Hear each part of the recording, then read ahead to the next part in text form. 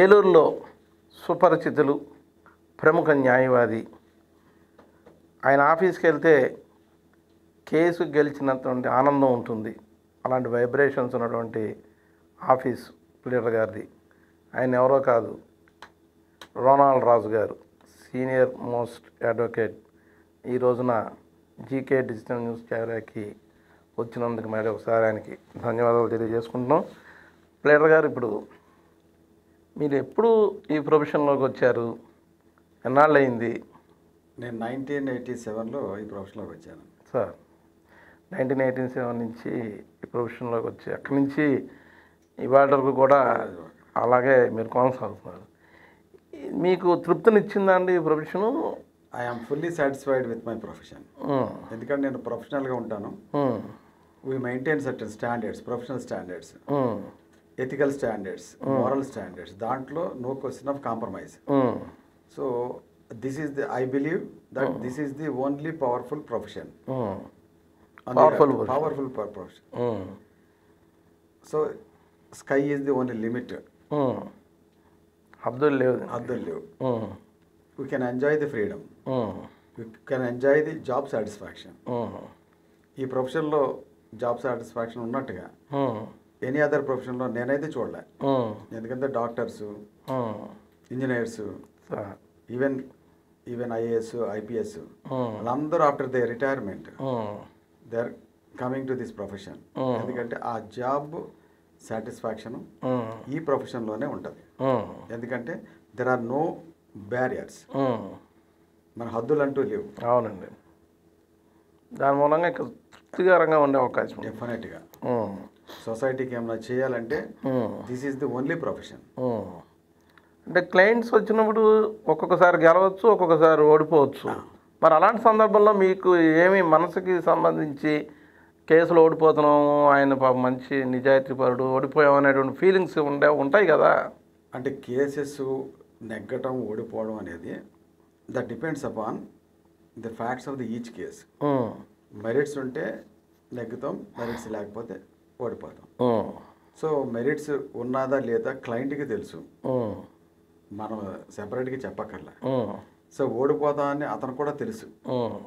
లేకపోతే మనం కూడా నీ దగ్గర మెరిట్స్ లేవు, so I try my level best అని మనం చెప్తాం. సో దీంట్లో ఓడిపోవడం వల్ల డిస్సాటిస్ఫాక్షన్ అటువంటిది ఉండదు. అంటే మనం ఏంటంటే ఆ కేసుని మనం ఏ విధంగా ప్రజెంట్ చేస్తున్నాం before the court, that is important. అంతే. ఇప్పుడు మెరిట్స్కి ఫ్యాక్ట్స్కి ఏంటంటే తేడా? మెరిట్స్కి ఫ్యాక్ట్స్కి అంటే, మెరిట్స్ అంటే ద లీగల్లీ యాక్సెప్టబుల్, ఆ కేసులో ఇతను లీగల్లీ యాక్సెప్టబుల్ ఇష్యూస్ ఉంటే అది మెరిట్స్ అంటాం. ఫ్యాక్ట్స్ అంటే ఆ కేసుకు సంబంధించిన ఫ్యాక్ట్స్, నిజాలు. దట్ ఈస్ కేసుకు సంబంధించిన విషయాలు. ఆ నిజాల అబద్ధాలు అది అడిగింది అందుకే సార్. ఫ్యాక్ట్స్కి మెరిట్స్కి ఏంటి అంటే ఒక నిజాలు అబద్ధాలు అది ఉంటుంది. బట్ ప్లీడింగ్స్కి వచ్చేటప్పటికి ఆ ప్లీడింగ్స్ ఆర్ ది ఫ్యాక్ట్స్. ఆ ప్లీడింగ్స్లో కొన్ని ఎడిషన్స్ ఉంటాయి, సబ్స్ట్రాక్షన్స్ ఉంటాయి. అంటే ఆ క్లయింట్కి సంబంధించిన నెగిటివ్ ఇష్యూస్ని they will not be presented in the pleadings. So pleadings అనేది very very important aspect of any case. దాని మీద డిపెండ్ అయి ఉంటుంది. అంతే. ఈ రోజుల్లో వచ్చేటప్పటికి ప్లీడింగ్స్ మీద ఇంపార్టెన్స్ ఇచ్చేవాళ్ళు తగ్గిపోతున్నారు. ఇప్పుడు ఎవరైనా క్లయింట్ వస్తారు, వచ్చిన వెంటనే సార్ నాకు ఇట్లాగా I want to file some case అంటారు. రావటం ఆలస్యం, కేసు ఫైల్ చేస్తున్నారు. దానివల్ల ఏమవుతుందంటే దానికి ఒక స్పీడ్ వర్క్. క్లయింట్ వస్తాడు, అతను వెర్షన్ ఏదో చెప్తాడు, చెప్పినప్పుడు ప్రిలిమినరీ ఎక్సర్సైజ్ చేయాలి ఏ కేసుకైనా. ఆ ప్రిలిమినరీ ఎక్సర్సైజ్ అంటే by issuing a legal notice. సివిల్లో కానీ క్రిమినల్ అయితే కంప్లైంట్ ఇవ్వటం కానీ, ఇట్లా ప్రిలిమినరీ ఎక్సర్సైజ్ చేస్తే అదర్ సైడ్ నోటీస్ అందుకున్న తర్వాత అతని వెర్షన్ ఏంటో మనకు చెప్తాడు. సో అతని వెర్షన్ మనం ముందే తెలిసిపోద్ది కనుక we can prepare this case in such a manner to give answer to the version advanced by the other side. So ఈ ప్రిలిమినరీ ఎక్సర్సైజ్ చేయడం వల్ల ఏమవుతుందంటే కేసు ఒక స్ట్రాంగ్గా బిల్డప్ అవుతుంది. అంటే ఫౌండేషన్ కింద ఉంటుంది. ఈ రోజుల్లో ఈ స్పీడ్ యుగంలో అంత టైం కానీ క్లయింట్ కూడా అంత టైం వెయిట్ చేసే అంత టైం కూడా ఉండదు. ఉండట్లా. మీరు గైడ్ చేస్తారు, మీరు గైడ్ చేస్తారు కదా, ఇలా దీనికి ప్రొసీజర్ ఉంది, ప్రొసీజర్ ఫాలో కాదని కంగారు పడొద్దని, అయినా వినే పరిస్థితి ఉండదు కొంతమంది. అంటే ఇప్పుడు నేనున్నాను, నేను చెప్పింది వింటేనే నా క్లయింట్ని యాక్సెప్ట్ చేస్తాను, లేకపోతే పంపమంటాను. అది మీకు మన ఒక క్లయింట్ వచ్చాడు, అంటే నేను మోరల్ గురించి చెప్తున్నా. మన ఒక క్లయింట్ వచ్చాడు, అతను ఒక టీచర్ వచ్చిన తర్వాత ఒక వాల్యుబుల్ ప్రాపర్టీ ఆ ఇష్యూస్, ఆ కోర్ట్ ఫీజు ఇవన్నీ కలిపితే 5 lakhs కోర్ట్ ఫీజు. అంటే మాకు అడ్వకేట్ ఫీజు రూల్స్ ప్రకారం వీఆర్ ఎంటైటిల్ ఫర్ 5 lakhs మాట్లాడుకున్నాడు. ఏం చెప్పాడంటే, నాకు మేము ఎస్ఐ దగ్గరికి వెళ్ళామండి, అదర్ సైడ్ కూడా పిలిచాడు, మా డాక్యుమెంట్స్ చూసి మాకే ఉన్నది, అతన్ని తిట్టాడు, అతను వెళ్ళిపోయాడు, సో ఈ ఫైల్ చేయండి అన్నాడు. So without bringing the documents next డాక్యుమెంట్స్తో తీసుకొచ్చాడు. అతను వాళ్ళ సిస్టర్స్ తీసుకొచ్చి 2 lakhs నా టేబుల్ మీద పెట్టాడు. నేను డాక్యుమెంట్స్ వెరిఫై చేసి నో కేసు వేయటానికి లేదు అసలు.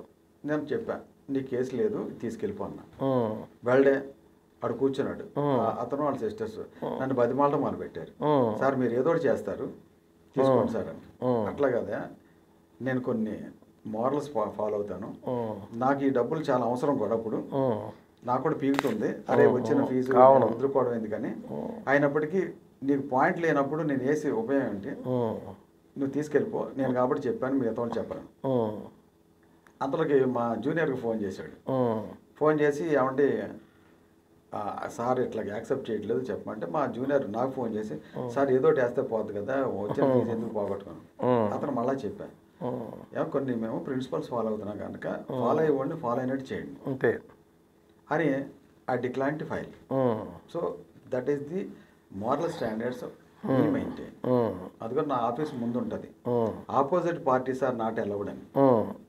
అసలు వాళ్ళతో మాట్లాడే అవకాశం కానీ ఎంట్రన్స్ లేదు. So we maintain such standards. అప్పుడు మెయింటైన్ చేసినప్పుడే మన సెల్ఫ్ సాటిస్ఫాక్షన్ ఉంటుంది. ఇందులోనే సహజంగా ఎవరన్నా మీ దగ్గరకు వచ్చేమంటే ఒక ఆశ్రయం కోసం వస్తారు, ఒక రక్షణ కోసం వస్తారు. సార్ అది కేసు ఉందా లేదా అనేది మీకు ఒక సైడు అనుకున్నారు, మీకు మైండ్లో ఏదో వచ్చింది. కానీ మీ దగ్గరికి ఆశ్రయం కోసం వచ్చినప్పుడు అడ్వకేట్ ఎథిక్స్లో కానివ్వండి, అడ్వకేట్స్లో కానివ్వండి, 90% కాదనకుండా వాళ్ళని రక్షించి వాళ్ళని గార్డ్ చేయవలసిన అవసరం ఉందని కూడా కొంతమంది అడ్వకేట్స్ కానివ్వండి, కొంతమంది వాదన కానివ్వండి ఉంది. మీ దగ్గరికి వచ్చారు కాబట్టి, మిమ్మల్ని ఆశ్రయం కోరారు కాబట్టి, మీరు ఇక్కడే తుంచేస్తే మరి ఎలా వాళ్ళ పరిస్థితి నిజంగా న్యాయంగా జరగాలంటే? అంటే ఇప్పుడు 100% కేసు లేనప్పుడు మేము ఫెయిర్గా చెప్పేయాలి. 100% కేసు లేదు, for fancy sake you want to file, you can file. ముందు చెప్పవలసిన బాధ్యత. అవునండి. అట్లా మ్యాట్రిమోనియల్ ఇష్యూస్ ఉంటాయి, లేడీస్ వస్తారు, సార్ కేసు పెట్టండి అని. అవునండి. లేకపోతే నాకు డైవర్స్ ఏమని వస్తారు. వచ్చినప్పుడు మారల్ ఆబ్లిగేషన్ మనకి ఏంటంటే, సొసైటీలో ఎలాగైతే పెద్దలు మీరు మీ దగ్గరికి వచ్చినా మీరు అదే సలహా చెప్తారు, డైవర్స్ కాదు, వెయిట్ చేయండి, కొంతకాలం వెయిట్ చేయండి, ఎందుకంటే ఫ్యామిలీని సేవ్ చేయడం మనం, అంతేకాని కేసులు పెడతాం కాదు అని. నేను వచ్చిన ప్రతి లేడీ క్లయింట్కి 1 hour to 2 hours కౌన్సిలింగ్ చేస్తాను. కౌన్సిలింగ్ చెప్తామా, నేను కేసు వేస్తే నాకే ఫీజు వస్తుంది. అయినా నేను ఎందుకు చెప్తున్నా అంటే, it is a moral responsibility. మీరు చిన్నపిల్లలు, మీకు తెలియదు, రేపొద్దు నా హస్బెండ్తో గొడవ పెట్టుకొని ఉంటే సొసైటీలో ప్రొటెక్షన్ ఉండదు. తర్వాత పేరెంట్స్ ఏటెలకలు ఉండరు, అడ్జస్ట్ అవ్వాలి అని చెప్పి ఫైల్ చేస్తాం. అప్పటికి వినకపోతే ఫైల్ వింటే మంచిదే, వాళ్ళు వింటే మంచిదే. అలాంటి వాళ్ళు ఉన్నారా అండి మీ దృష్టిలో? చాలా నాకు ఒకటి అట్లాగే నేను చెప్పి కౌన్సిలింగ్ ఇచ్చి పంపించిన తర్వాత బోత్ జాయింట్. నాకు 15 years తర్వాత ఫోన్ చేసింది, సార్ నేను ఫలానా అండి 15 years బ్యాక్ మీ దగ్గరకు వస్తే నన్ను తిట్టి పంపించేసి హస్బెండ్ దగ్గరికి వెళ్ళమన్నారు, ఇలా ఐఎమ్ హ్యాపీ అని వేరే ఇష్యూలో వేరే విషయాలు వస్తే వాళ్ళని రిఫర్ చేస్తా చెప్పింది. దానివల్ల మనకి ఎంత హ్యాపీ ఉంటుంది, చాలా ఆనందం అనిపిస్తుంది. చాలా ఆనందం. ఒక్క కాపురం నిలబడింది, ఒక జంట వాళ్ళు అలా చేసుకుంటున్నారు అనేటువంటి మీ కౌన్సిలింగ్ మూలంగా. రాగానే ఏదో ఫీజు వస్తుంది కదా అని కేసు వేసేయడం కాదు, ముందర అవకాశాలన్నీ చెప్పాలి. వినకపోతే ఇంకెలాగో అలాగే వేసేది ఉంటుంది. ఎక్కడ మీరు లా చేయటం, అంతకుముందర డిగ్రీ చేయటం, ఎక్కడ మీ మొత్తం విద్యాభ్యాసం? కాలేజీలో లా చేశాను. ఏలూరు పీజీ ఏమో Nagarjuna university, ML also from Nagarjuna university. మా wife also ML advocate. My son is also ML advocate, is in London. లండన్లో ప్రాక్టీస్ చేస్తున్నాడు లా. ఓకే. మై డాటర్ హైకోర్టులో ప్రాక్టీస్ చేస్తుంది, ఆవిడ కూడా masters of law. Andhra high court అండి? Andhra high court and Hyderabad, Telangana also. And my son in law also advocate. Both are practicing both the high courts. మొత్తం law అంతా అక్కడ అంతా మేమంతా. బట్ ఏంటంటే మేము with a commitment we're doing. Money oriented కాదు. Money we're least bothered about the money. Money ఎంత సంపాదించుకోవాలి ఎండ్ లేదు. మన సాటిస్ఫాక్షన్ ఏంటంటే ఈవెన్ 1 రూపీతో కూడా కెన్ సాటిస్ఫై. అవును. సో ఒక professional aspect without compromising with other things. Short cuts అవి పర్సూ చేయకుండా only enjoying the beauty of law. అంతే. ఇప్పుడు ఇంత సీనియారిటీ ఉంది గారు, మీరు ఎప్పుడు పై జడ్జిల పోస్టులకు పరీక్షలు రాయడం కానీ జ్యుడిషియరీలోకి వెళ్ళి అక్కడ ఆ పోస్టులు చేయాలనేది ఎప్పుడు అనిపించలేదా? అట్లా ట్రై చేశారా? అసలు అలాంటిది ఏం జరగలేదండి? అంటే అడ్వకేట్ ఒక ప్రొఫెషనల్ ఇష్యూ, అంటే ప్రొఫెషనల్గా పర్సూ చేసే ఏ అడ్వకేట్ అయినా ఈ అడ్వకేట్ ప్రొఫెషన్లో ఉన్న ఫ్రీడమ్, పవరు ఎనీ అదర్ ప్రొఫెషన్లో ఉండదు. అందరూ అనుకుంటారు జడ్జి పోస్ట్ అనేది అడ్వకేట్ ప్రొఫెషన్ పోస్ట్ కన్నా ఎక్కువ అనుకుంటారు. ఎవరైనా జడ్జిని పిలిచి మీరు అడగండి, ఎవరైనా రైట్ ఫ్రమ్ మ్యాజిస్ట్రేట్ నుంచి సుప్రీంకోర్టు జడ్జి వరకు అడగండి. Have you enjoyed the profession? Have you enjoyed the job satisfaction of the profession? No అంటాడు. నాకు ప్రొఫెషన్లో ఎంజాయ్ చేసినంతది నేను జాబ్ సాటిస్ఫాక్షన్ నాకు యాజ్ ఏ జడ్జి లేదంట. స్వేచ్ఛ ఉండదు. తర్వాత దానికున్న రిస్ట్రిక్షన్స్ దానికి ఉంటాయి. సో ఆ కంచిలో బతకడం అనేది ఇబ్బంది. అది అంటే మనకి అంటే ఫ్రీడమ్తో ఉన్న వల్ల తర్వాత మన సొసైటీకి హెల్ప్ చేయాలనుకున్నా ఈ ప్రొఫెషన్లో అయితే we can do to number of persons. As a జడ్జిగా లిమిటెడ్ ఆయన దగ్గరికి వచ్చింది అన్నప్పుడు ఆయన ఏదైనా డైనమిజం ఉంటే ఆయన ఎక్స్ప్రెస్ చేయొచ్చు. ఇప్పుడు అక్కడ కూడా చాలా ఇబ్బందికర పరిస్థితులు. జ్యుడిషియరీలో కూడా మనం అనుకున్నంత ఫ్రీడమ్ లేదు. వాళ్ళు డిస్క్రిషనరీ పవర్ ఎక్సర్సైజ్ చేయడానికి కూడా లేవు. చాలా రిస్ట్రిక్టెడ్గా ఉంది వాళ్ళ పరిస్థితి. చాలా జాగ్రత్తగా ఉండాలి. చాలా జాగ్రత్తగా ఉండాలి. అందుకనే నేను మా పిల్లలు కూడా అడ్వైజ్ చేసేది ఏంటంటే don't go for any government job. Even PPs కానీ జీపీస్ కానీ స్టాండింగ్ కౌన్సిల్ కానీ అవి కూడా ఏది అడ్వకేట్ దాంట్లో అంత పెద్ద డిస్కషన్ ఉండదేమో. పీపీలు జీపీలు వీటిల్లో ఉండకపోయినా we cannot express our dynamism. అదే యాజ్ అడ్వకేట్గా ఉంటేనే you can show the dynamism. Advocate power ఏంటంటే without moving from his chambers he can break the hill.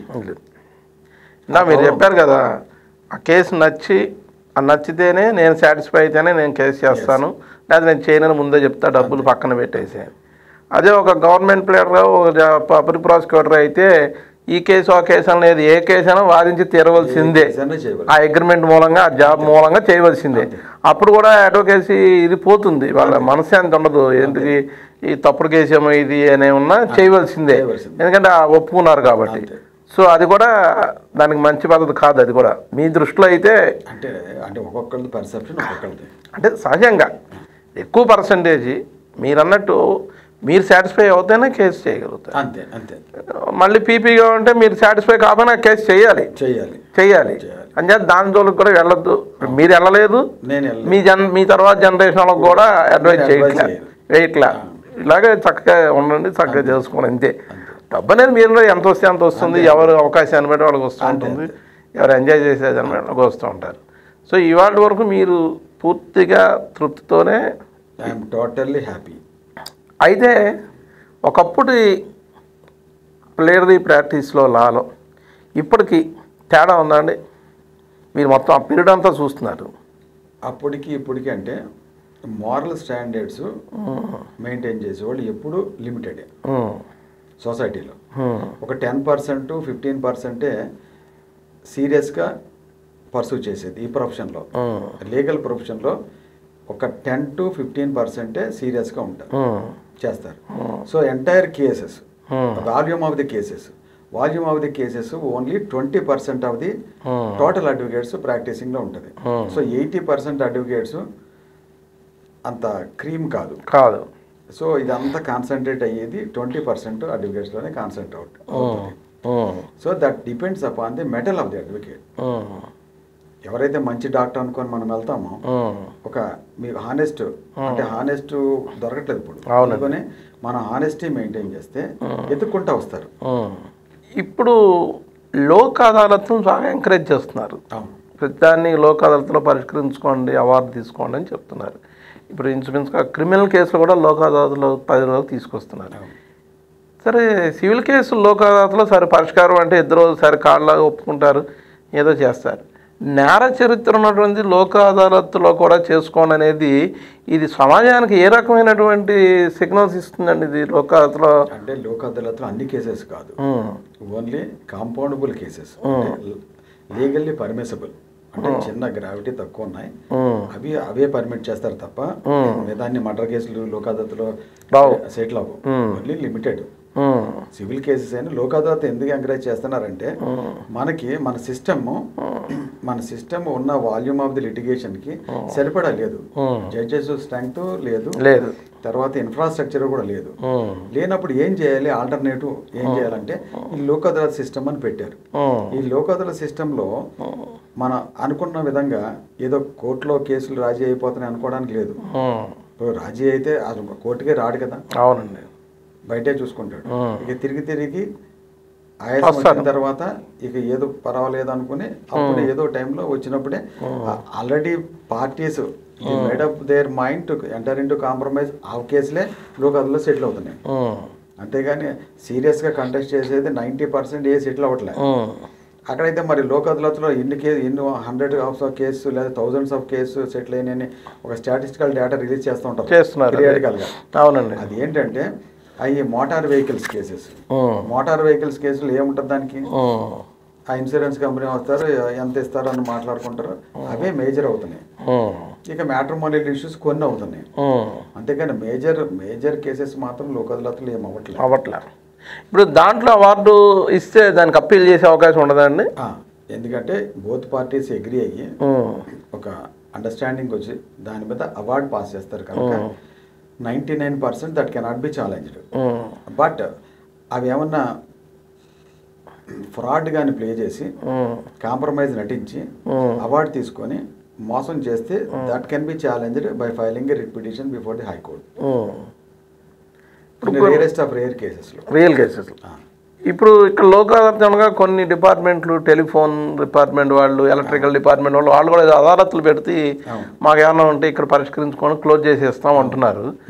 Government side నుంచి ఏ స్టేజ్లో వాళ్ళు అప్రూవ్స్ తీసుకుంటే అవుతుందండి? అలాగా ఇక్కడ కూడా లోక్ అదాలత్లో ఒక ఎలక్ట్రికల్ కేసు, టెలిఫోన్ కేసు వచ్చిందనుకోండి, ఇక్కడ ఉన్నది ఆన్ బిహాఫ్ ఆఫ్ ఎవరో ఒక ఎగ్జిక్యూటివ్ ఇంజనీరో లేకపోతే ఇంకెవరో సమ్ ఉంటారు, వాళ్ళు కాంపిటెంట్ కాదు పరిష్కారం చేసుకోవడానికి. అది చేయాలంటే ఎక్కడన్నా దీనికి ఏమన్నా ప్రత్యేకమైన ప్రొసీజర్ చేసే అవకాశం ఉంటుందా ఎప్పుడైనాను? అప్పుడు అటువంటిది ఏమైనా ఉంటే అక్కడ ఎంత అమౌంట్ పే చేయాలి, ఆ పే చేయట్లేదని నోటీసు నుంచి వస్తుంది. వచ్చినప్పుడు ఈ పార్టీ పే చేయడానికి యాక్సెప్ట్ చేస్తేనే లోకల్లో సెటిల్ అవుతుంది తప్ప నేను చేయక్కర్లేదు నేను రానంటే లోకల్లో చేసేది ఏముండదు. చేస్తే ఇక్కడ సివిల్ కోర్టులో కూడా చేసుకోవచ్చు కదా, దానికి ఏం పెద్ద ఏ తెలుసుకుంటే ఇక్కడ డిపాజిట్ కట్టి కూడా కేసు ఫైట్ చేసుకోవచ్చు, ఎవరిదైతే వాళ్ళకి వస్తుంది కేసు. సో దీనివల్ల ఇద్దరు ప్రైవేటు పార్టీలకు మాత్రమే ఇది వర్తిస్తూ ఉంటుంది. ఒక ప్రైవేటు పార్టీ ఒక గవర్నమెంట్ ఉన్నా కూడా గవర్నమెంట్ కూడా వాళ్ళు చూస్తున్నాయి. ఒకసారి రిమైండ్ చేస్తే అంటే లోక్ అదాలత్ అంటే కోర్టు సిస్టమ్ నుంచి నోటీస్ వెళ్తే భయపడి కట్టేస్తారేమో అన్న ఉద్దేశంతో అదొక ప్రయత్నం. అక్కడ కట్టనోడు ఎప్పుడు కట్టడు. ఈ నోటీస్ వస్తే లోక్ అదాలత్కి పవర్ లేదు. ఇప్పుడు నోటీసు ఆనర్ చేయకపోతే లోక్ అదాలత్ లేదు వారెంట్ ఇచ్చి అరెస్ట్ చేస్తారని భయం ఉంటే వస్తారు తప్ప అది లేదు కదా. So most of the cases they are not responding. అంటే ఈ ఫీజు కట్టకుండా అక్కడికి వెళ్తున్నారు, కోర్టు ఫీజు కట్టాలి, ఇక్కడికి వచ్చాను, సమ్ సూట్ అమౌంట్ ఉంది, దాని మీద కోర్టు ఫీజు కట్టాలి. కోర్టు ఫీజు కట్టకుండా లోక్ అదాలత్కి వెళ్ళిపోయి నాకు ఇలా పరిష్కారం చేయండి అని చెప్పి ఇచ్చేస్తుంటే దానివల్ల టైం వేస్ట్ అయ్యే కార్యక్రమం జరుగుతోంది అని ఒక 2-3 అడ్వకేట్స్ ఆ మధ్యన అంతా మొదలెట్టారు. అది ఎంత మటుకు నిజం? అది డెఫినెట్గా అప్పుడు Lok Adalat any case can be filed before the Lok Adalat, pre litigation matter అంటారు. ఆ ప్రీ లిటిగేషన్ మ్యాటర్లో any case against anybody you can file చేసిన తర్వాత అదర్ సైడ్ రెస్పాండ్ అయితేనే ఇది జరుగుద్ది. రెస్పాండ్ అవ్వకపోతే నోటీస్ తీసుకొని రాకపోతే వీళ్ళు చేయలేదు, క్లోజ్ చేసుకోవడమే. లేకపోతే అక్కడికి వచ్చి మేము we don't want to settle the issue అని జడ్జి గారి దగ్గర చెప్తే క్లోజ్ చేస్తాం. అవును, అంతే అక్కడ జరిగేది. అది కూడా ఆ టైం వేస్ట్ అవుతుంది కదా అక్కడ కూడా, కోర్టు టైం, లోక్ అదాలత్ జడ్జిల టైం. కానీ లోక్ అదాలత్ పవర్ లేదు కనుక ఇప్పుడైతే ఇప్పుడు కొన్ని లోక్ అదాలత్ ఇప్పుడు లేటెస్ట్గా కొన్ని మెట్రోపాలిటన్ దాంట్లో పర్మనెంట్ లోక్ అదాలత్ని పెట్టారు. ఆ పర్మనెంట్ లోక్ అదాలత్కి వచ్చేటప్పటికి service, government services, railways, banks, ఇటువంటి వీటిలో they can exercise their description. అది అటువంటి వీటిలో యూజ్ చేసుకుంటే ఆ లోక్ అదాలత్ వల్ల మేలు జరుగుతుంది. కొంతవరకు అవకాశం ఉంది దాంట్లో. సరే, ఇప్పుడు లేటెస్ట్గా మనకి గవర్నమెంట్ ఒక యాక్ట్ ఏదో తీసుకొచ్చిందని దాని మీద అడ్వకేట్స్ నిరాహార దీక్షలు చాలా కార్యక్రమాలు చేస్తున్నారు. మొట్టమొదటగా యాక్ట్ ఎంత ప్రమాదకరం అనేది అడ్వకేట్స్ చెప్తున్నారు. చాలా ఇబ్బంది ఉంటుంది కక్షిదారులకి, ప్రజలకి ఇబ్బంది ఉంటుంది ఆ యాక్ట్ వలన, దాన్ని రద్దు చేయమని చెప్పి అడుగుతున్నారు.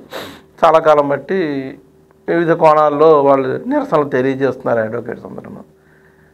ఇక్కడ మీరు దాని గురించి చెప్తారు కానీ యాక్ట్ అంత దాని మంచి చెడు మీరు చెప్తారు కానీ మీరు దాంట్లో సీనియర్ అడ్వకేట్ కానీ అసలు అడ్వకేటు అయిన తర్వాత ఏదో ఒక యాక్టో ఏదో చట్టం ఏదో ఒకటి వచ్చింది. వచ్చినప్పుడు ఏ ప్రాబ్లం వచ్చినా ప్రజలు మీ దగ్గరికి వచ్చి కోర్టు ద్వారా వాళ్ళు న్యాయం పొందుతారు, ఎవరు అనుకోని వాళ్ళు న్యాయం పొందుతారు. ఇక్కడ వచ్చేటప్పటికి వీళ్ళు నిరాహార దీక్షలు చేయటం, నిరసనలు ప్రకటించడం, ఈ వ్యవస్థకి అడ్వకేట్ వ్యవస్థకి ఎంత మటుకు ఇది కరెక్ట్, ఎలా జరిగే అవకాశం ఎందుకు వస్తుంది? అలాగా మీకు అన్నీ తెలుసు, రిట్ ఫైల్ చేస్తారు, పిల్ ఫైల్ చేస్తారు, లేకపోతే ఇంకేదైనా చేయగలరు.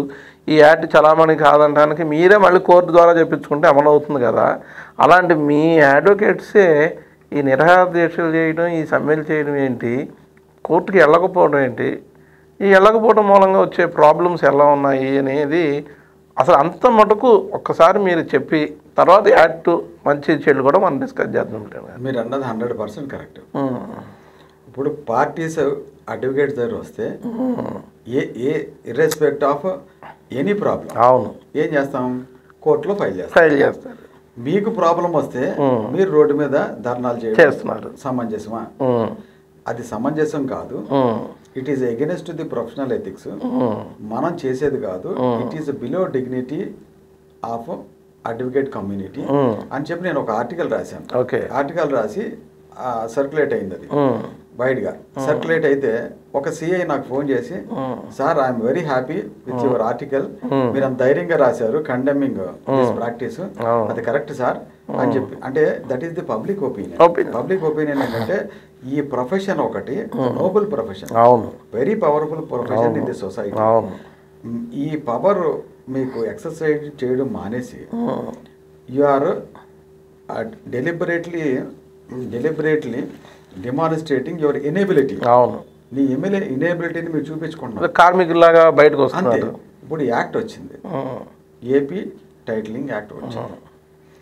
ఏపీ టైటిలింగ్ యాక్ట్ అతి భయంకరమైన యాక్ట్, దాంట్లో డిస్ప్యూట్ లేదు. ఈ యాక్ట్ అతి భయంకరమైన యాక్ట్ అని చెప్పి అడ్వకేట్స్ బాయ్కాట్ చేస్తున్నారు కొంతకాలం. నేను ముందే చెప్పాను మీకు, ఈ అడ్వకేట్స్లో అవుట్ ఆఫ్ 100 ఆఫ్ అడ్వకేట్స్లో 20% ఓన్లీ ఆర్ సీరియస్ ప్రాక్టీషనర్స్. మొత్తం ప్రాక్టీస్ అంతా 20%లో ఉంటారు. ఈ 80%లో వస్తారో ఏదో 1-2 కేసులు చేసుకుంటారు కానీ రెగ్యులర్ ప్రాక్టీషనర్ కాదు. సో ఏదైనా ఇష్యూ తీసుకోవాలంటే, డెసిషన్ తీసుకోవాలంటే మెజారిటీ ఒపీనియన్. బార్లో మెజారిటీ ఒపీనియన్ ఎవరు ఉంటారు? నాన్ ప్రాక్టీసింగ్ 80% ఉంటారు. బాయ్కాట్ చేయాలి. బాయ్కాట్ చేయడం ఏంటంటే స్టూడెంట్స్ కాలేజ్ బాయ్కాట్ చేయడం లాగా ఇది బాయ్కాట్ చేయడం ఏంటి? సుప్రీంకోర్టు సెవరల్ టైమ్స్ హెచ్చరించింది. ఏంటి బాయ్కాట్ చేయడం అనేది మిస్కాండక్ట్ అని. ఈ బాయ్కాట్ చేయడం అనేది కమ్యూనికేట్ చేస్తారు జడ్జెస్కి. జడ్జెస్ వాళ్ళు కోఆపరేట్ చేస్తేనే బాయ్కాట్ జరుగుతుంది. అంతేగాని జడ్జి నేను కుదరదు boycott, I don't take cognizance of it, నేను ప్రొసీడ్ అవుతానంటే వీళ్ళు చేసేది లేదు. సో ఇక్కడ జడ్జెస్ కూడా కోఆపరేట్ చేస్తున్నారు కనుక వీళ్ళు బాయ్కాట్ చేసే అవకాశం వచ్చింది. సో కంప్లీట్గా జడ్జెస్ కోఆపరేట్ చేయకపోతే మాత్రం బాయ్కాట్ చేయలేరు. అది బాయ్కాట్ చేయడం అనేది absolutely it is unethical, professional స్టాండర్డ్స్కి విరుద్ధం ఇది. అది దాన్ని ఎవరు సమర్థించరు. ఎందుకంటే టైటిలింగ్ యాక్ట్ వచ్చింది, వస్తే ఇలాంటి కాంప్లికేషన్ దానికే కదా మీరు ఉన్నది. అందుకనే దాన్ని మనం ఎందుకు ఇప్పుడు అదే అంటే అడ్వకేట్స్ ఏం చేశారంటే టైటిలింగ్ యాక్ట్ వచ్చినప్పుడు ప్రాక్టికల్ ఇంప్లిమెంట్ ఎలాగవుతుందని వీ క్యాన్ విజువలైజ్. మామూలుగా టైటిలింగ్ యాక్ట్ చదివితే ఎవరికైనా అబో వండర్ఫుల్ యాక్ట్ ఇది. మన గవర్నమెంట్ ఆఫ్ ఆంధ్రప్రదేశ్ రిప్రజెంటేటివ్ కూడా ఏమన్నారంటే ఈ యాక్ట్ వల్ల ఒక టైటిల్కి ఒక లీగల్గా వస్తుంది, ఒక టైటిల్ సర్టిఫికేట్ వస్తుంది కనుక ఫ్యూచర్లో లిటిగేషన్స్ అంటూ ఉండవు. సో ఫెయిర్ టైటిల్ ఒకటి ఉంటుంది కనుక అది రిజిస్ట్రార్ ఆఫీస్లో ఏంటంటే టైటిల్ వెరిఫికేషన్ ఉండదు. మీరు రిజిస్ట్రేషన్ డబ్బులు కట్టేస్తే అటు రిజిస్ట్రేట్ చేస్తారు తప్ప ఇక్కడ వచ్చేటప్పుడు టైటిల్ వెరిఫికేషన్ ఉంటుంది. సో ఈ లిటిగేషన్ అనేది ఫ్యూచర్లో ఉండదు అన్న ఉద్దేశంతో ఇది పెట్టామని చెప్పి వాళ్ళ వెర్షన్. ఓకే. అయితే అడ్వకేట్స్ వెర్షన్ ఏంటంటే ఇది ప్రాక్టికల్గా ఇంప్లిమెంట్ అయితే ల్యాండ్ గ్రాబర్స్ పొలిటీషియన్స్ ఈ ల్యాండ్స్ అన్ని గ్రాబ్ చేసే ప్రమాదం ఉంది. ఓకే. ఎందుకంటే మొత్తం పవర్స్ ఈ టైటిల్ ఏముంది అని డిసైడ్ చేసే పవర్స్ అన్ని రెవెన్యూ అథారిటీస్కి ఇచ్చారు. రెవెన్యూ అథారిటీస్కి ఎవరేమనుకున్నా 95% corrupt revenue department. Okay. So ఇంకా 5% ఉంటే పొలిటికల్గా amenable for political powers, political influence. So ఇప్పుడు ఎక్కడ వస్తుందంటే నా ల్యాండ్ నేను చేసుకుంటున్నా, ప్రాబ్లం లేదు, ఈవెన్ టైటిలింగ్ యాక్ట్ వచ్చినా సరే.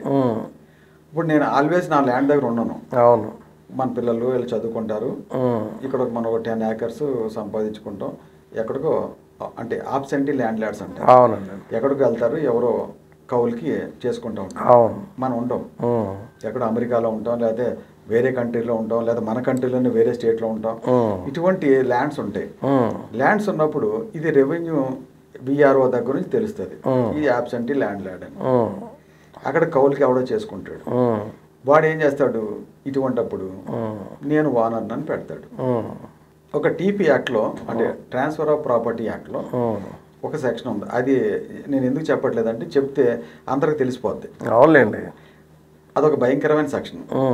ఆ సెక్షన్ యూటిలైజ్ చేసి ఈ టైటిలింగ్ యాక్ట్ని పెడితే ఎవరి ల్యాండ్ అయినా గ్రాప్ చేసేయచ్చు. ఓకే, ఎవరి ల్యాండ్ అయినా. ఇక్కడ టైటిల్ రిజిస్టరింగ్ అథారిటీ ఉంటాడు, ఎంఆర్ఓకి ఇచ్చారు. ఎంఆర్ఓకి మనకు ఒక 50 lakhs వర్త్ ఆఫ్ ప్రాపర్టీని గ్రాప్ చేయాలనుకున్నాం. ఆ ఎంఆర్ఓకి 5 lakhs ఇస్తాం, మన నేమ్ ఇదిగో డాక్యుమెంట్ అని ఇస్తాం. అది ట్రాన్స్ఫర్ ఆఫ్ ప్రాపర్టీ యాక్ట్ కింద that is a valid document. But అదే డాక్యుమెంట్ తీసుకొచ్చి కోర్టులో పెడితే అది చెల్లదు.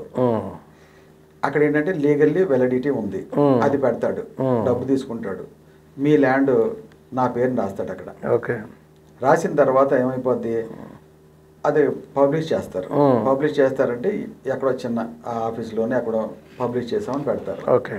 అది 2 years అది ల్యాండ్ మనమే చేసుకుంటూ ఉంటాం, అంటే మన కౌలుదారుడే చేసుకుంటాడు మన తరఫున.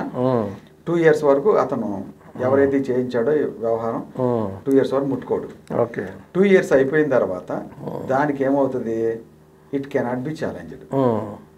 ఆ సర్టిఫికేట్ ఇస్తారు కదా, సర్టిఫికేట్ని కెనాట్ బి ఛాలెంజ్డ్.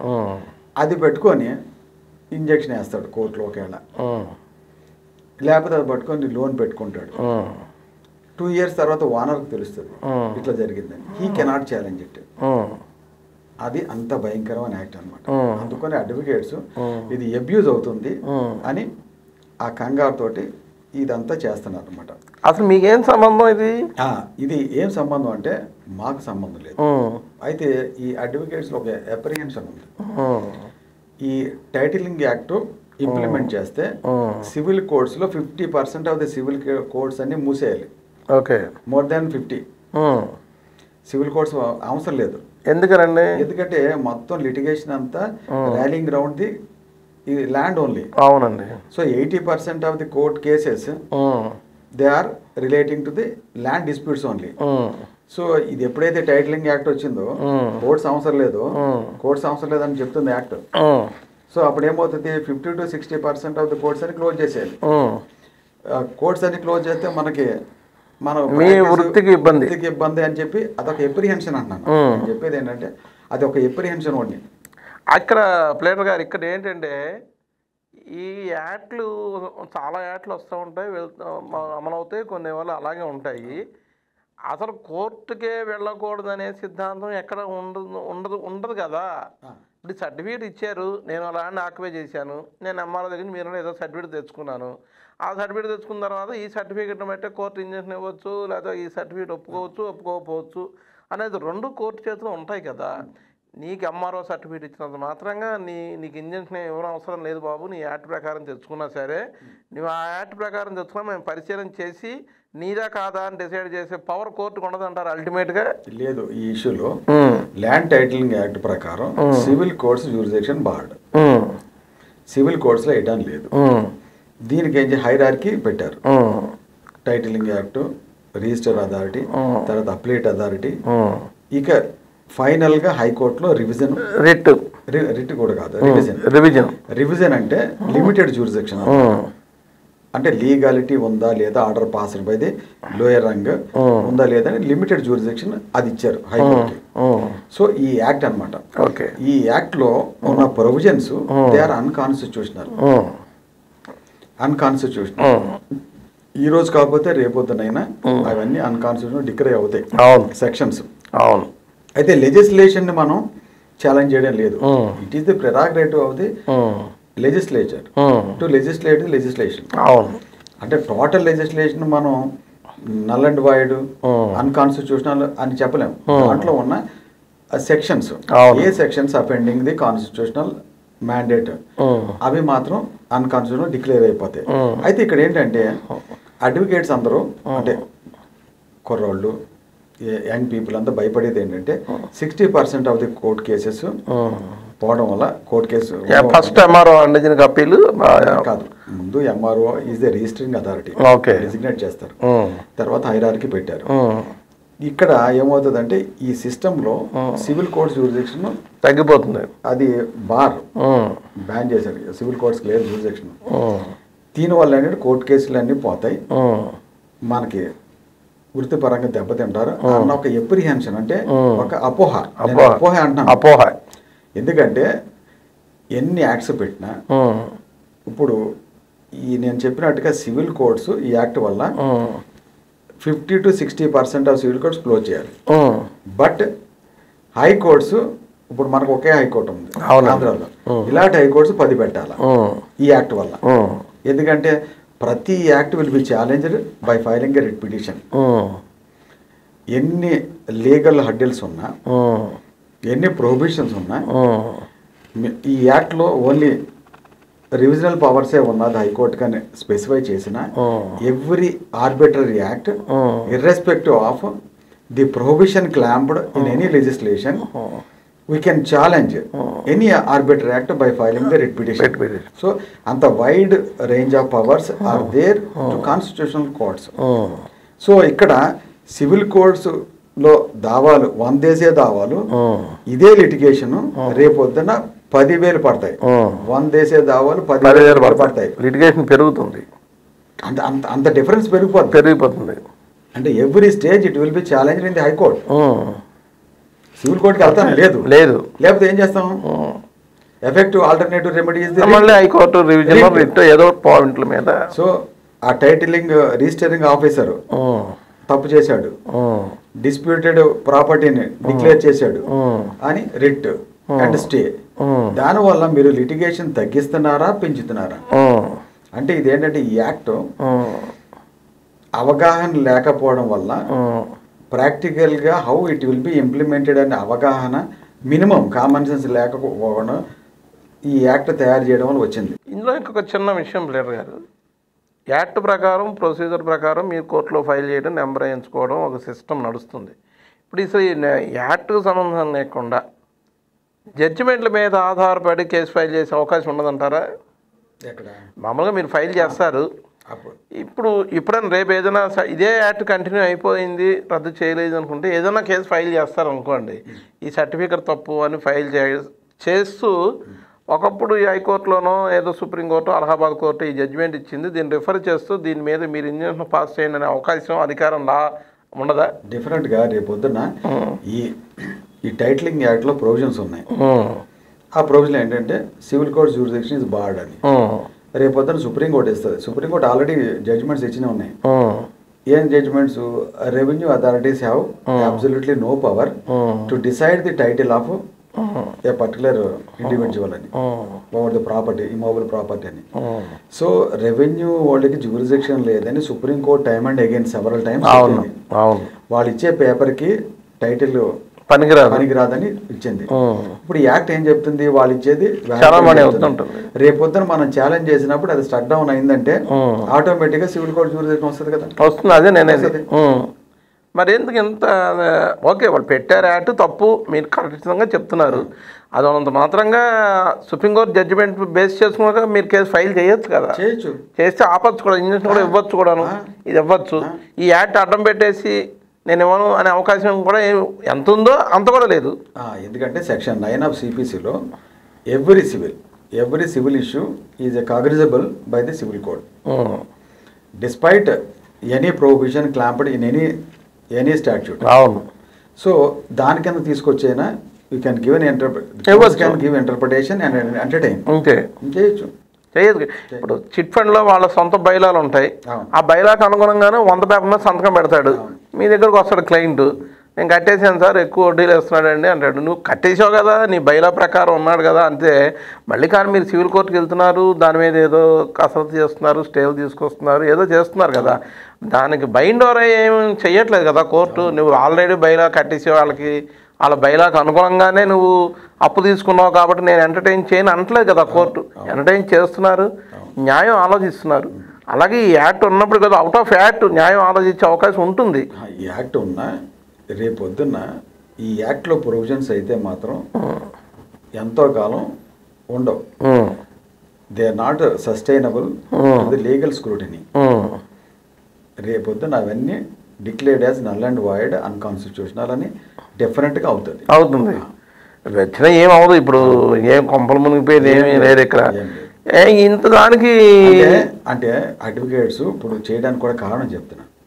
ఈ act already came into operation.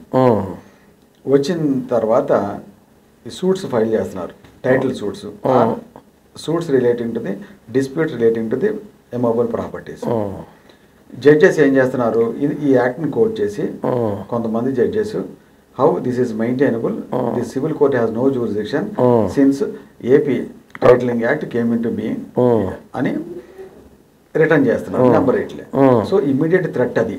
దాని గురించి ఇది జరుగుతుంది. అయితే సహజంగా ఇక్కడ సివిల్ కోర్టులో లేనివి జాయింట్ కలెక్టర్ దగ్గర కూడా మీరు కొన్ని ఆర్గ్యూ చేస్తారు. కొన్ని కేసుల్లో సివిల్ సప్లైస్ వాటిల్లో జాయింట్ కలెక్టర్ దగ్గర ఆర్గ్యూ చేస్తారు.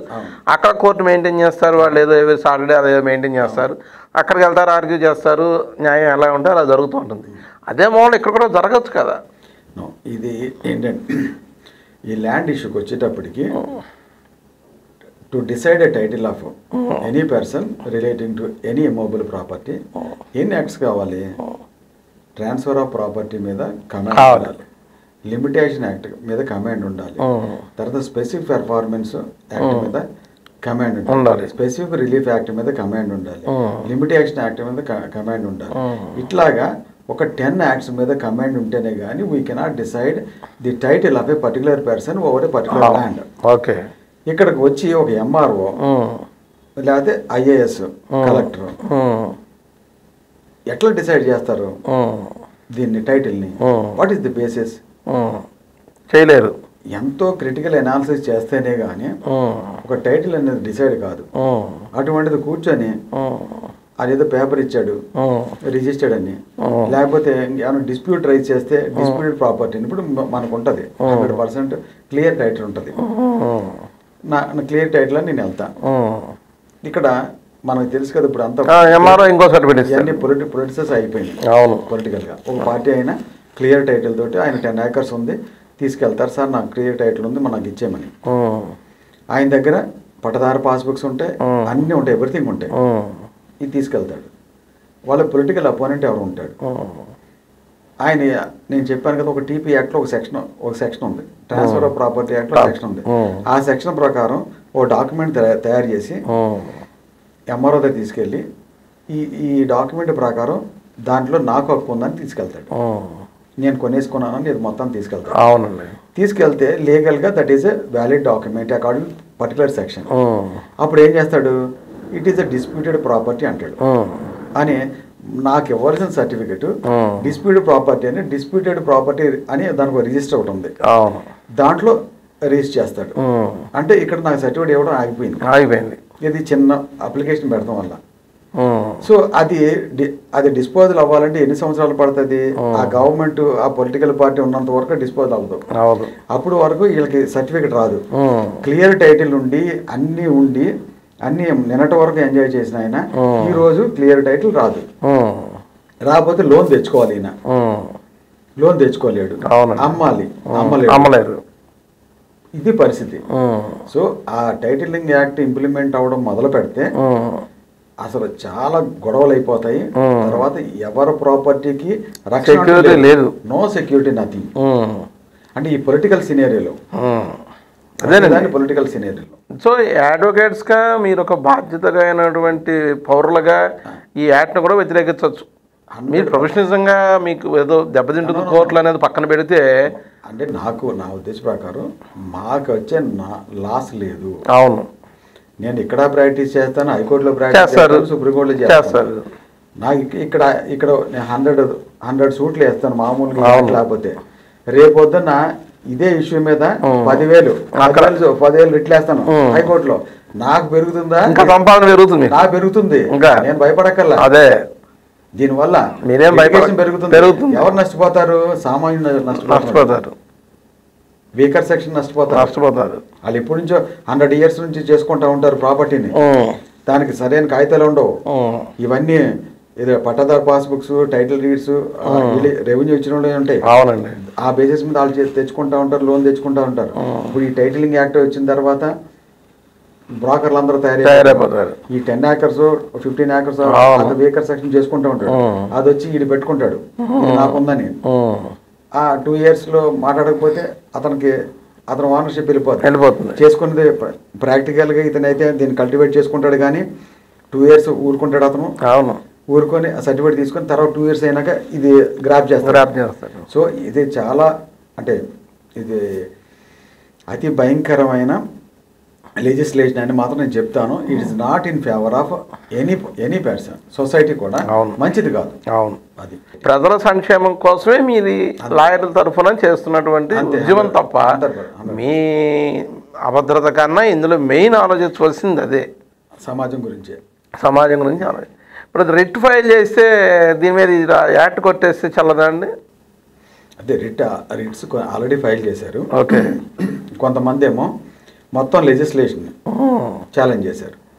ఛాలెంజ్ చేసి stay the operation of the legislation అని అన్నారు.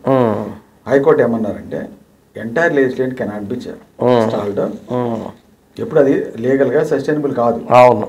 ఏ పోర్షన్ ఏ సెక్షన్ అఫెండింగ్ ది కాన్స్టిట్యూషన్, అంటే ఫండమెంటల్ రైట్స్కి ఏది అఫెండింగ్, కాన్స్టిట్యూషనల్ మ్యాండేట్కి ఏ సెక్షన్ అఫెండింగ్, అది చెప్తే ఆ సెక్షన్ని ఎంతవరకు స్టాల్ చేయాలో ఆపరేషన్ని అంతవరకు చేస్తారు.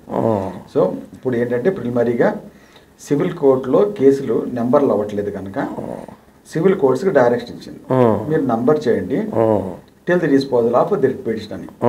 సో రేపొద్దున్న ఏదైతే అఫెండింగ్ ప్రొవిజన్స్ ఉన్నాయో, సెక్షన్స్ ఉన్నాయో, అవి అన్కాన్స్టిట్యూషనల్ డిక్లేర్ అయిపోతాయి డెఫినెట్గా. అవును, అది సో గవర్నమెంట్ ఇందులో ఏం చేయకపోయినా వచ్చే ఇదే ఉండదు.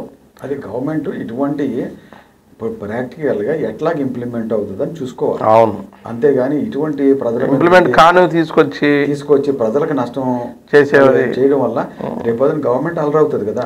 వాళ్ళు కూడా they are going to lose the అలర్ అవుతాను కదా, ఆల్రెడీ డెఫినెట్గా అలర్ అవుతోంది. కానీ అది ఎక్కడ స్టేట్మెంట్ కూడా ఎవరు గవర్నమెంట్ నుంచి ఇది కరెక్టే మేము చేసింది అనేది ఎక్కడ కరెక్ట్ అని సమర్థించుకుంటున్నారు. ఎందుకంటే వాళ్ళకు కూడా తెలియదు. అంటే ఇప్పుడు లెజిస్లేట్ చదివితే నేను చదివినా అబ్బో బ్రహ్మాండంగా ఉంది కదా, అవును ఇది కొన్ని మంత్స్ లో సెటిల్ అయిపోతుంది అని అనుకుంటారు. కానీ అది కాదు, ప్రాక్టికల్ గా వచ్చినప్పుడు ఎట్లా ఇంప్లిమెంట్ అవ్వద్దో విజువలైజ్ చేసి చెప్పేవాళ్ళు లేరు. అవునండి, గవర్నమెంట్ కి చెప్పేవాళ్ళు లేరు. లేకపోతే ఆ యొక్క న్యాయ పోరాటం చేసేటప్పుడు కొద్దిగా టైం టేకింగ్ కనుక ఈ మధ్యలో డ్యామేజ్ కనుక అందుకనే to exert pressure on the political parties మీరు అని పొలిటికల్ పార్టీస్ని అవేర్నెస్ క్రియేట్ చేయడానికి, పీపుల్ అవేర్నెస్ క్రియేట్ చేయడానికి about the obnoxious provisions in the act చెప్పడానికి ఈ యాజిటేషనల్ మెథడ్స్ అడ్వకేట్స్ చేస్తున్నారు. అది ప్లేయర్ గారు జనరల్గా న్యాయవాది అంటే అన్ని రకాల సబ్జెక్టుల్లోనూ నిష్ణాతులుగా ఉంటారు. ఇది అదని ఏమీ లేదు, ఏ సబ్జెక్ట్ అయినా ఆర్గ్యూ చేయగలరు, దేని గురించి అయినా మాట్లాడగలరు.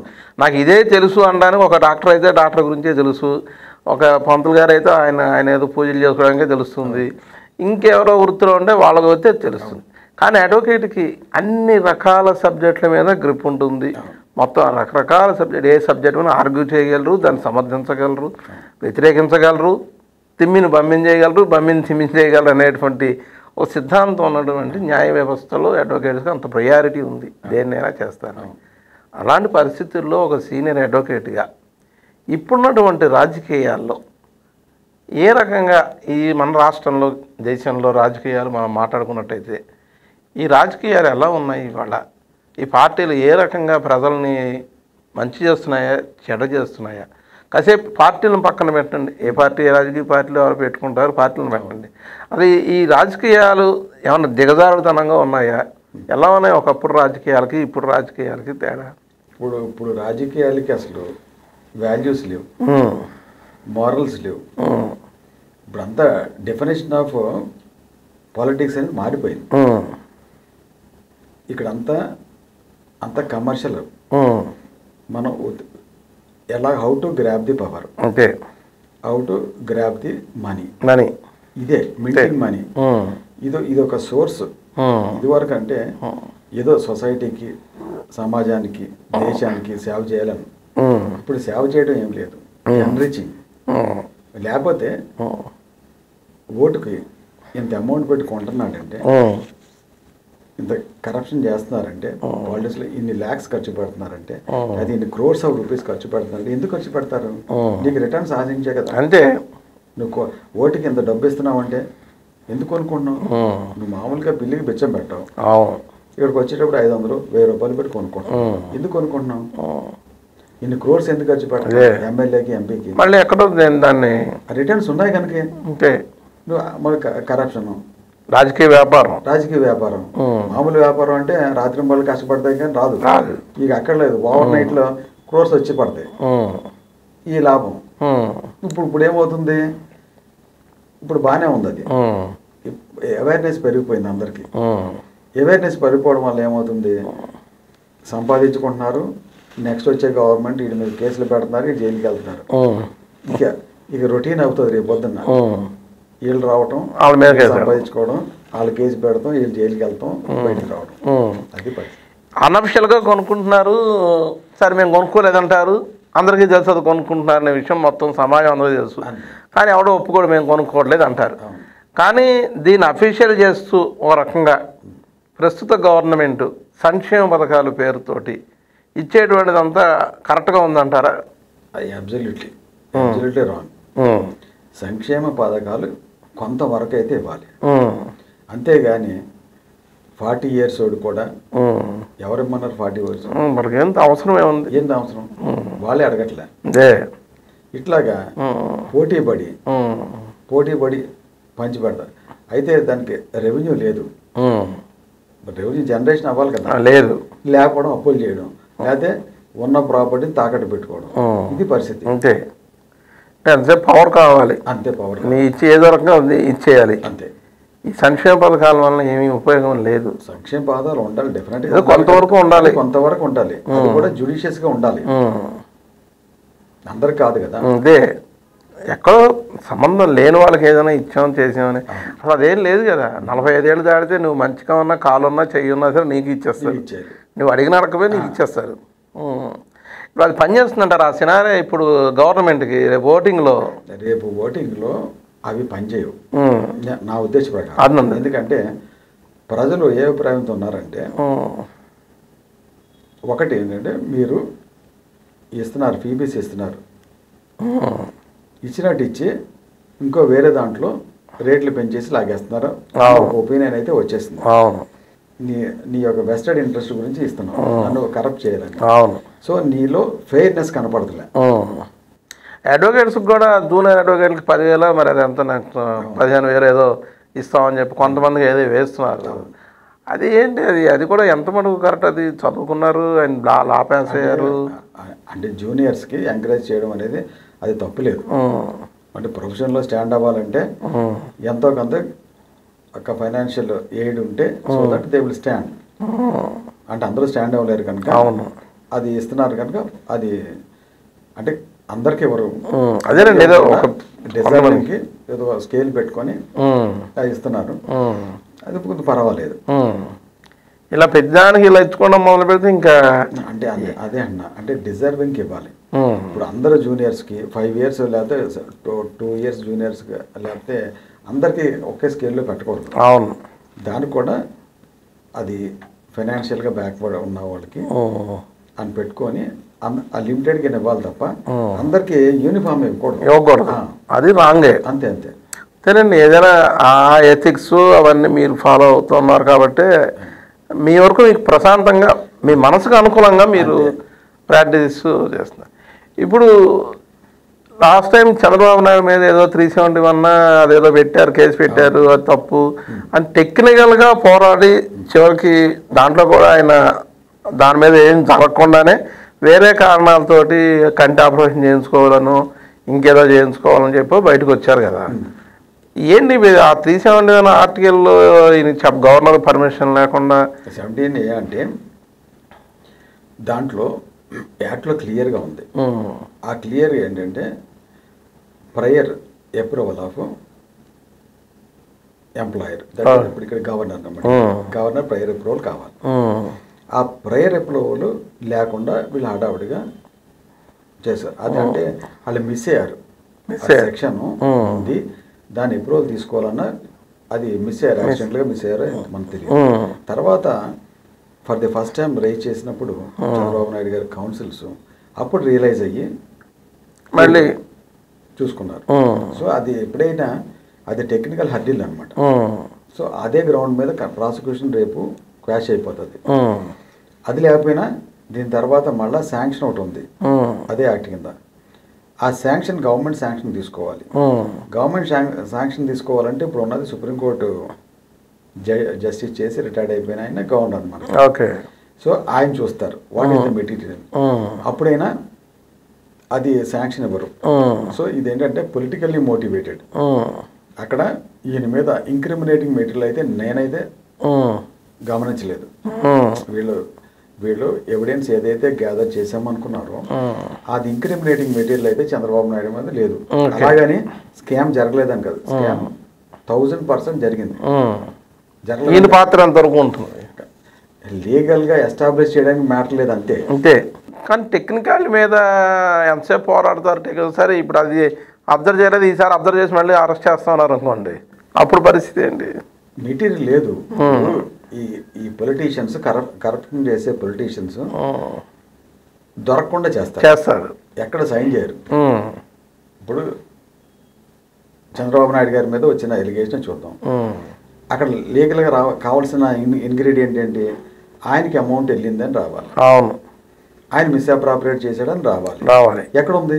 లేదు. ఆయనకి డైరెక్ట్గా అక్కడ వెళ్ళాలి, ఇండైరెక్ట్ మెథడ్స్లో వెళ్ళింది. ఏ చీఫ్ మినిస్టర్ దగ్గర వెళ్తుంది, all chief minister of corrupt. అది ఎట్లా ఈ కోట్లు ఎలా ఖర్చు పెడుతున్నారు మీరు?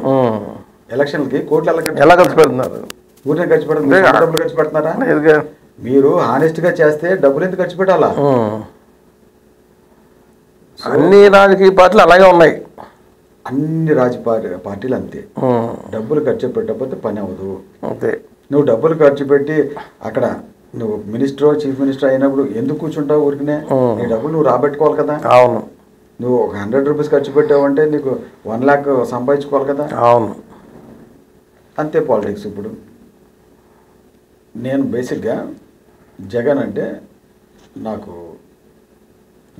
ఇష్టం, అభిమానం ఉంది. అభిమానం బేసిక్గా.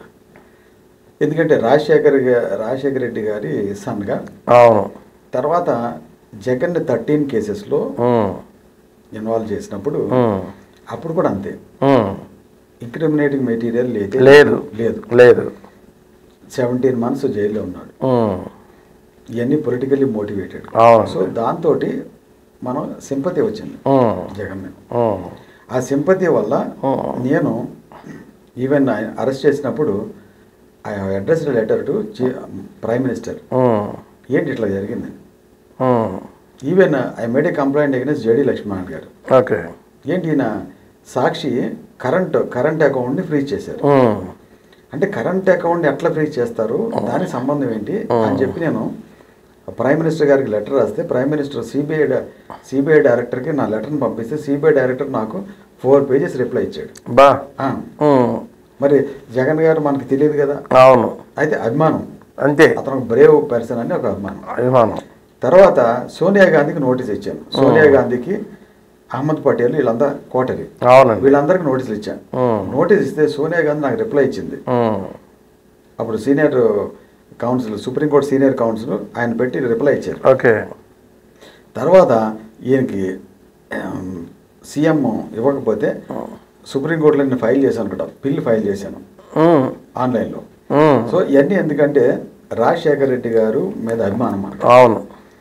సమాజానికి చేశాడు అభిమానంతో. తర్వాత ఆయన చనిపోవడం, తర్వాత ఈయన్ని ఫాల్స్ కేసుల్లో పొలిటికల్లీ మోటివేట్ కేసు చేయడం, ఇవన్నీ సింపతి ఆయన మీద మనకి సింపతి ఫ్యాక్టర్ మీద సపోర్ట్ చేసాం. సపోర్ట్ చేసి ఈయన కూడా రాజశేఖర రెడ్డి గారి లాగే ఉంటారు అని, అందరినీ ప్రేమిస్తా, అందరినీ బాగా చూసుకుంటారు అన్న ఉద్దేశంతో అందరూ ఉన్నాం. తర్వాత ఏమైంది, ఒక పొలిటీషియన్ నమ్ముకొని ఎవరైనా ఉంటే ఆ క్రైసిస్లో ఉన్నప్పుడు ఎవరైతే సపోర్ట్ చేశారో, ఎవరైతే వెనకాల ఉండి నీకు సపోర్ట్ చేశారో వాళ్ళందరినీ వదులుకున్నాడు. రఘురామకృష్ణరాజు నుంచి వదులుకున్నాడు. రఘురామకృష్ణరాజు గారు ఏం చేశారో అంతా తెలుసు. ఈయన గురించి ప్రాణాలు తెగించి కాల్ డేటాలు, జేడి లక్ష్మణ్ గారి కాల్ డేటాలు తెప్పించుకొని రిస్క్ చేశాడు. ఇటువంటి వాళ్ళందరూ దూరం పెట్టు. తర్వాత ఎంపీ, వైజాగ్లో ఎంపీ ఆయన సబ్బం హరి కాంగ్రెస్ పార్టీలో ఉండి మోరల్ సపోర్ట్ ఎంత ఇచ్చాడంటే అంత, అతను దూరం చేసుకున్నాడు. ఈ విధంగా ఆయనకి కష్టకాలంలో ఎవరైతే దగ్గరుండి చేశారో అందరినీ దూరం పెట్టుకున్నారు, ఇంక్లూడింగ్ మదర్ అండ్ అందరినీ సిస్టర్. సో వీళ్ళందరినీ దూరం పెట్టుకోవడంతో ఒక క్రెడిబిలిటీ ఫ్యాక్టర్ ఏదైతే ఇది వరకు ఉందో అది పోయింది. క్రెడిబిలిటీ ఫ్యాక్టర్ లేదు. నువ్వు ఇది వరకు ఉన్న అంటే జగన్ గారు చెప్తే ఇది అనేది ఇప్పుడు లేదు. నువ్వు మిగతా పొలిటీషియన్స్ ఎలాగ ఉన్నారో అలాగే. అందుకనే అంత థంపింగ్ మెజారిటీ వచ్చి ఈ రోజున అంత థంపింగ్ మెజారిటీ వచ్చే అవకాశం అయితే కనపడతలే. అలాగే విధంగా చంద్రబాబు నాయుడు గారికి ఆయనకి క్రెడిబిలిటీ లేదు. ఇప్పుడు ఏ పొలిటీషియన్ కూడా ఇప్పుడు క్రెడిబిలిటీ కనపడుతుంది. ఆయన పాలిటిక్స్ ఆయన మాంగారిని ఆయన ఇవన్నీ పోటీసి వచ్చాడు. సో ఆయనకున్న నెగిటివ్ ఆయనకుంది, ఇప్పుడు ఈయనకున్న నెగిటివ్. ఈయన కేసులో ఇన్వాల్వ్ అయ్యి ఈయన బెయిల్ మీద ఉన్నాడు, చంద్రబాబు బెయిల్ మీద ఉన్నాడు. సో ఇద్దరికి క్రెడిబిలిటీ లేదు.